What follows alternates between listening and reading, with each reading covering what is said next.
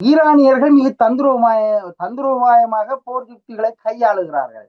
அவர்கள் யுத்தத்திலே அரசியலையும் அவர்கள் கலந்து செய்கிறார்கள். அதாவது சர்வதேச அரசியலை எவ்வாறு கடந்து செல்ல வேண்டும் என்பதை அவர்கள் நன்கு உணர்ந்திருக்கிறார்கள். அந்த அடிப்படையிலே அவர்கள் லாபகமாக இதை காய்களை நகர்த்தி இருக்கிறார்கள். இங்கே ஈரான் இந்த சண்டையில பெரிய பொருளாதார இழப்பை சந்தித்தது என்பதில் இந்த மாற்று கருத்தும் இல்லை, பெரும் அழிவுகளை சந்தித்தது என்பதில் மாற்று கருத்தும் இல்லை. ஆனால் அவர்கள் யுத்தத்திலே தோல்வி அடையவில்லை, அவர்கள் தாங்கள் இறங்கி வரவில்லை, அவர்களுடைய ஆட்சி மாற்றம் என்ற அமெரிக்காவினுடைய அந்த அந்த இருமாப்புக்கு அடிபணியவில்லை என்பது இங்க முக்கியமானது. ஆகவே இந்த யுத்தத்தை அதாவது இவ்வளவு காலம் இழுத்து கொண்டு வந்ததற்கான காரணமே இந்த 60 நாளை பார்த்து கொண்டிருக்கிறார்கள். இந்த 60 நாள் கடந்தவுடன் அமெரிக்காவில டொனால்ட் ட்ரம்புக்கு எதிரான கோஷங்கள் வலுப்பெற தொடங்கிவிட்டன. ஆகவே இந்த அமெரிக்க ஜனாதிபதிக்கு இருக்கிற அதிகாரங்களை கட்டுப்படுத்துகின்ற 1973 ஆண்டு செனட் சட்டத்தின்படி இந்த அதாவது அமெரிக்க ஜனாதிபதிக்குரிய போர் பிரகடன அதிகாரங்கள் குறைக்கப்பட்டு விட்டன. செனட்டிடம் அது சென்று விட்டது.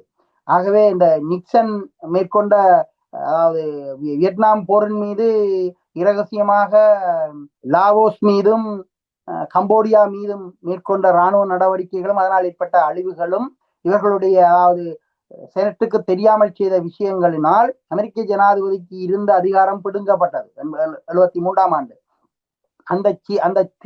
அந்த சட்ட மூலத்தின் மூலம் இப்போது ட்ரம்ப் கட்டுப்படுத்தப்படுகிறார்.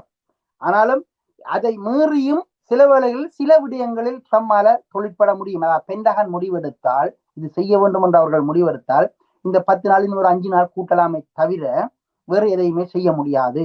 எல்லாத்துக்கும் ஒரு வரையறை இருக்கிறது. அது ஒரு 5 நாள் கூடலாம், அநேகமாக 5 நாள் கூடுவதற்கான வாய்ப்புகள் இல்லை. இவர்கள் ஏதோ ஒரு உடன்பாட்டுக்கு ஈரானுடன் வருவார்கள். அதே நேரத்தில் ஈரான் மீது மேற்கொள்ளப்பட்ட இவ்வளவு தாக்குதலுக்கும் பெரும் நஷ்ட ஈடு கொடுக்க வேண்டி வரும்.